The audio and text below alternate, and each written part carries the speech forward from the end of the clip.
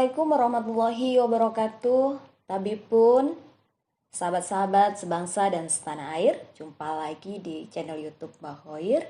Saya akan kembali berbagi tentang perkembangan tahapan Pilkada tahun 2020 di Provinsi Lampung. Kali ini kita akan membahas tentang potensi pelanggaran yang terjadi pada tahapan verifikasi faktual dukungan bakal pasangan calon perseorangan. Tapi sebelumnya jangan lupa like, subscribe, comment, and share channel YouTube Mbak Hoir ya. Sahabat-sahabat, tujuan verifikasi faktual yang dilakukan dengan menggunakan metode sensus yaitu dengan menemui satu persatu pendukung di setiap daftar dukungan yang diserahkan oleh bakal pasangan calon. Itu setidaknya ada 3 tujuannya. Yang pertama untuk memastikan nama pendukung itu betul yang bersangkutan. Kemudian yang kedua alamatnya juga sesuai dengan yang ada di KTP asli. Kemudian yang ketiga memastikan kebenaran dukungan yang diberikan oleh pendukung tersebut kepada bakal pasangan calon perseorangan. Kemudian yang penting untuk dicermati oleh pengawas pemilu dalam melaksanakan pengawasan pada verifikasi faktual ini, yang pertama memastikan bahwa pendukung yang terdaftar yang sedang diverifikasi itu bukan merupakan TNI Polri atau PNS. Kemudian yang kedua, pendukung yang terdaftar bukan merupakan kepala desa atau aparat desa. Kemudian yang ketiga, pendukung yang terdaftar juga bukan merupakan penyelenggara pemilihan. Kemudian yang keempat, dukungan yang diberikan oleh pendukung tersebut hanya diberikan kepada satu bakal pasangan calon saja, tidak boleh lebih dari satu bakal pasangan calon. Potensi pelanggaran yang mungkin terjadi pada pelaksanaan verifikasi faktual itu setidaknya ada 4 hal. Yang pertama, PPS tidak melakukan verifikasi faktual sebagaimana amanat undang-undang. Nah, ini tentu melanggar etika dan juga ada pelanggaran pidana di situ jika PPS tidak melaksanakan verifikasi faktual dengan menggunakan metode sensus, yaitu mendatangi satu persatu daftar dukungan yang diserahkan oleh bakal pasangan calon kepada KPU. Yang kedua, pendukung membantah memberikan dukungan dan mengisi pernyataan tidak mendukung, yaitu mengisi formulir BA5 KWK perseorangan. Kenapa ini pelanggaran? Tentu ketika kemudian ada pendukung yang menyatakan, pendukung yang masuk dalam daftar dukungan kemudian menyatakan bahwa yang bersangkutan tidak mendukung, maka ada potensi pelanggaran pidana di situ yang dilakukan oleh bakal pasangan calon atau tim kampanye atau tim pasangan calon pada ketentuan pasal 185A Undang-Undang 10 tahun 2016. Ini pelanggaran pidana, yaitu pelanggaran pemalsuan dukungan. Kemudian yang ketiga, pendukung yang berstatus penyelenggara pemilihan tidak membantah dukungan atau membantah tetapi tidak mengisi surat pernyataan. Nah, ini tentu merupakan pelanggaran etika bagi penyelenggara pemilu ketika yang bersangkutan itu masuk dalam daftar dukungan kemudian tidak mau atau menyatakan bahwa memang dia mendukung dan tidak mengisi pernyataan menolak mendukung. Nah, ini pelanggaran etika karena yang bersangkutan tidak netral. Kemudian yang keempat, pendukung yang berstatus TNI, Polri, ASN atau kepala desa tidak membantah dukungan atau membantah tetapi tidak mengisi surat pernyataan B5 KWK perseorangan. Nah, ini melanggar ketentuan peraturan perundang-undangan lainnya yang mengatur tentang netralitas ASN, TNI, Polri, dan juga kepala desa.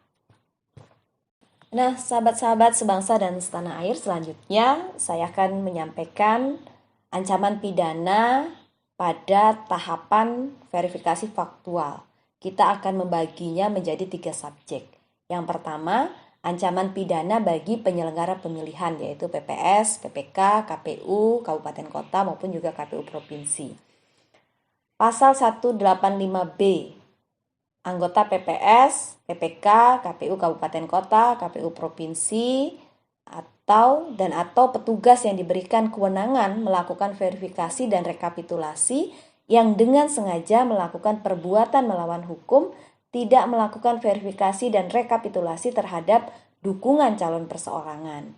Nah, ini ada ketentuannya, ada ancaman pidananya ya.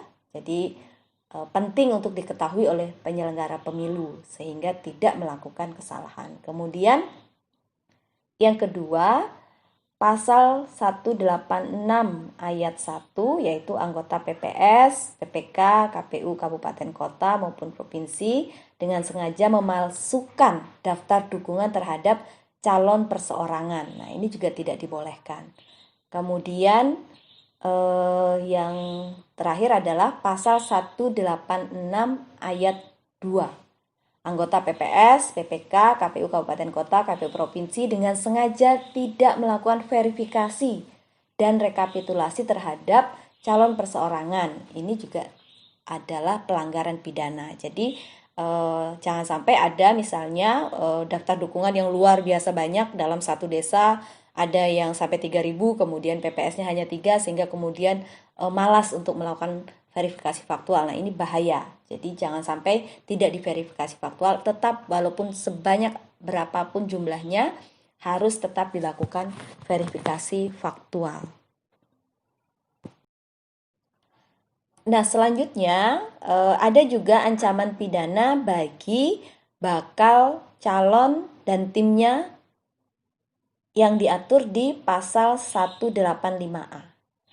Yang ayat 1, setiap orang yang dengan sengaja memalsukan daftar dukungan terhadap calon perseorangan sebagaimana diatur dalam undang-undang ini dipidana dengan pidana penjara paling singkat 36 bulan dan paling lama 72 bulan dan denda paling sedikit 36 juta dan paling banyak 72 juta rupiah. Nah, ini tidak dibolehkan melakukan pemalsuan dukungan. Kemudian yang kedua, dalam hal tindak pidana sebagaimana diatur di ayat 1 dilakukan oleh penyelenggara pemilihan, maka pidananya ditambah 1/3 dari ancaman pidana maksimumnya. Jadi kalau yang melakukan tim penyelenggara pemilihan, maka ancaman pidananya ditambah daripada ancaman pidana maksimumnya yang dimaksud di ayat 1.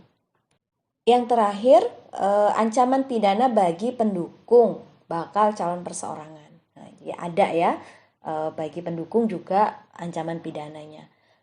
Pasal 185. Setiap orang yang dengan sengaja memberikan keterangan yang tidak benar atau menggunakan identitas diri palsu untuk mendukung pasangan calon perseorangan menjadi calon gubernur dan calon wakil gubernur, calon bupati dan calon wakil bupati, calon wali kota dan calon wakil wali kota, itu juga tidak dibolehkan. Jadi misalnya ada pendukung yang memalsukan identitasnya untuk mendukung salah satu bakal pasangan calon, itu juga bisa dikenakan pidana. Nah, itu tadi ancaman pidana pada tahapan verifikasi faktual. Ini penting diketahui oleh semuanya, baik oleh penyelenggara pemilihan maupun juga oleh bakal pasangan calon dan juga timnya, termasuk juga bagi para pendukung. Nah, ini semuanya bisa terkena pidana. Untuk itu, kita semua harus betul-betul mematuhi peraturan perundang-undangan yang mengatur tentang penyelenggaraan tahapan pilkada yang akan dilaksanakan pada 9 Desember tahun 2020 ini. Sahabat-sahabat sekalian, sebangsa dan setanah air, demikian video tentang potensi pelanggaran pada tahapan verifikasi faktual. Nanti kita akan lanjut lagi, saya akan tetap mengupdate perkembangan-perkembangan tahapan penyelenggaraan pilkada.